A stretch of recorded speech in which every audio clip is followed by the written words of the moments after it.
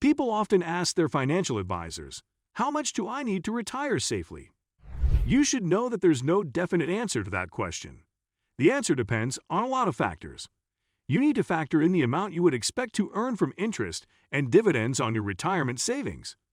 Also, include income you can make during your retirement years if you can work. Next, you need to estimate how much your expenses would be in retirement. There is also the question of medical expenses. Medical expenses are a significant consideration. Government policy, a financial crisis, and programs like Medicare and Medicaid can significantly impact your medical expenses during retirement. Unfortunately, medical expenses have been increasing this year. Because of the above considerations, your financial advisor might not give you a definite figure for your retirement. Instead, they give you a good approximation of what they believe you would need. This is helpful as you prepare for retirement. What they use is a tool called the 4% rule. In this video, I will discuss how you can use the 4% rule to prepare for retirement. Also, some factors that would make it ideal and situations to avoid will be discussed. Before I begin describing the 4% rule, I want you to give this video a thumbs up. I appreciate it. Also, don't forget to subscribe to the channel and hit the notification bell. Finally, watch the video to the end, because, in the end, I will describe situations that could ruin your well-made plans using the 4% rule. So let me explain the 4% rule. It's a rule of thumb that is used to guide retirement spending. Some people also call it the safe withdrawal rate. Your withdrawals are the dividends from your retirement savings account. The rule schedules your withdrawals so that your principal remains constant or changes only a little, but not wide enough so that it can be sustainable for the rest of your life. Based on studies using the 4% rule, you cannot withdraw all your retirement savings even after 33 years. According to the rule, you should approximate your annual expenses during retirement. Then your retirement savings will have to be 25 times your yearly expenses during retirement. Then during retirement, you withdraw only 4% of this amount each year. Your retirement savings could include IRAs, 401k, and any other investment that could help you during retirement. Assuming you have $500,000 in your retirement accounts, including IRAs and 401ks, you can only withdraw 4% of that amount for the first year of your retirement. 4% of $500,000 would be $20,000. So if you're following the rule, you can only withdraw $20,000 for the first year. You will withdraw this amount on January 1 of that year. It is then essential that you have a good approximation of what your expenses during retirement will be. You have to keep an eye on it. You would also have to take inflation into account.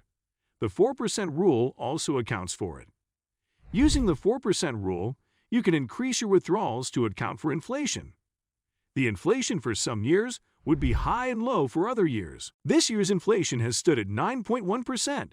But some financial advisors suggest you set a 2% increase in withdrawals for high inflation years, or whatever would help you survive. But if your withdrawals exceed the 4% due to withdrawals accounting for inflation, will the retiree run out of money in later years? That's a question many prospective retirees ask, and the answer is that eventually you will not run out of money.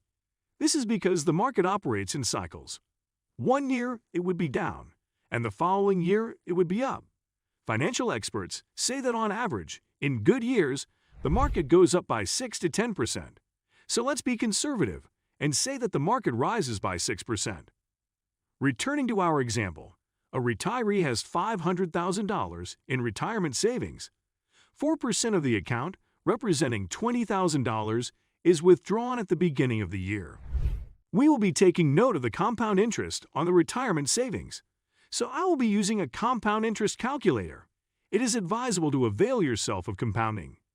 You should not withdraw the $20,000 at once but monthly. That means $1,600 should be drawn every month. That would make the ending balance on the retirement account higher at the end of the year than if withdrawn at once at the beginning. So let's imagine the market rises by 6%. After withdrawing the $20,000, what remains is $480,000. But the rise in the market by 6% means that on December 31 of that year, the balance on the retirement account will be $508,800.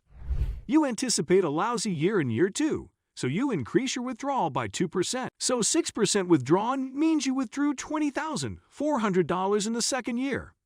Thus, the ending balance becomes $488,400. But the market then rose 6% as expected. That means at the end of the year, on December 31, the retirement savings account would have a closing balance of $517,704. If you continue this routine for the next 30 years, your net worth at the end of the 30 years would be $787,760.90. If you calculate the difference, you would see that over the 30 years, your retirement portfolio gained over $300,000. Can you see why we say your money can never run out with the 4% rule? Of course, but as always, there are many factors to consider, and this is just a rule of thumb. Are you excited about the 4% rule? If you guys are enjoying this video, which I've put a lot of time, I would really appreciate it if you guys tap the like button and make sure you subscribe with notification on. And if we get 2,000 likes on this video, I'll drop a brand new video next week about the same topic. Now, let's get back to the video. The 4% rule is not the holy grail. There are situations you cannot use it. For example, if your portfolio consists of higher risk assets. The typical retirement portfolio consists of index funds and bonds. But if your retirement savings account is at higher risk than this, you might want to avoid using the 4% rule. This is because the drawdown on higher risk investments in bad years can be much higher than the typical retirement portfolio. You don't want to find yourself with less money during retirement. Also, this rule of thumb will not work if you're not financially disciplined. You need to stick to it no matter what. A bit of financial carelessness in 1 year can be disastrous for your retirement savings if you use this rule of thumb. This is because as the years go by, that carelessness can cost you reduced dividends that would tempt you to want to withdraw more than the 4% as stipulated by the rule. Let's demonstrate how one financial carelessness can be costly. For example, at the beginning of the retirement, you take out the $2,000, representing 4% of your retirement investments. But then you get tempted by an exciting new car. The car costs $35,000, and you believe you cannot do without it. So you withdraw this amount from your retirement account. That means your balance is now $445,000. That year, the market rises by 6% conservatively, leaving you with $471,700 in your retirement account by year-end. But even if you become financially disciplined later, by the 27th year of your retirement, your withdrawals will be higher than what you earned in interest and dividends. So you would be managing to survive. By the 30th year of retirement, your withdrawal would amount to $35,516. But the interest on your account would be $33,209. So, in essence, you are withdrawing from your principal. This could be a dangerous situation for you if inflation rises or if there is some emergency during this time.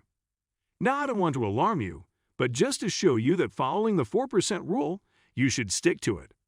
A little carelessness can ruin your well-made plans. The money used for purchasing the car in the example puts you in a dangerous position in later years. That's why these calculations can be tricky. Some financial experts have stipulated that if inflation is consistently high, as we have seen this year, the 4% rule should be increased to 4.5% or even higher to 5%. Whatever the case, the secret to the rule's success is making sure you stick to it. That will be all for today. I hope you enjoyed the video and learned something new today. I primarily created this video for those contemplating and preparing for retirement. So give this video a thumbs up and subscribe to the channel. You will receive all my future videos if you hit the notification bell. Now, if you want to watch more videos like this, then you need to watch this video right here. This video is one of the best on this channel. You can click on this video to watch further.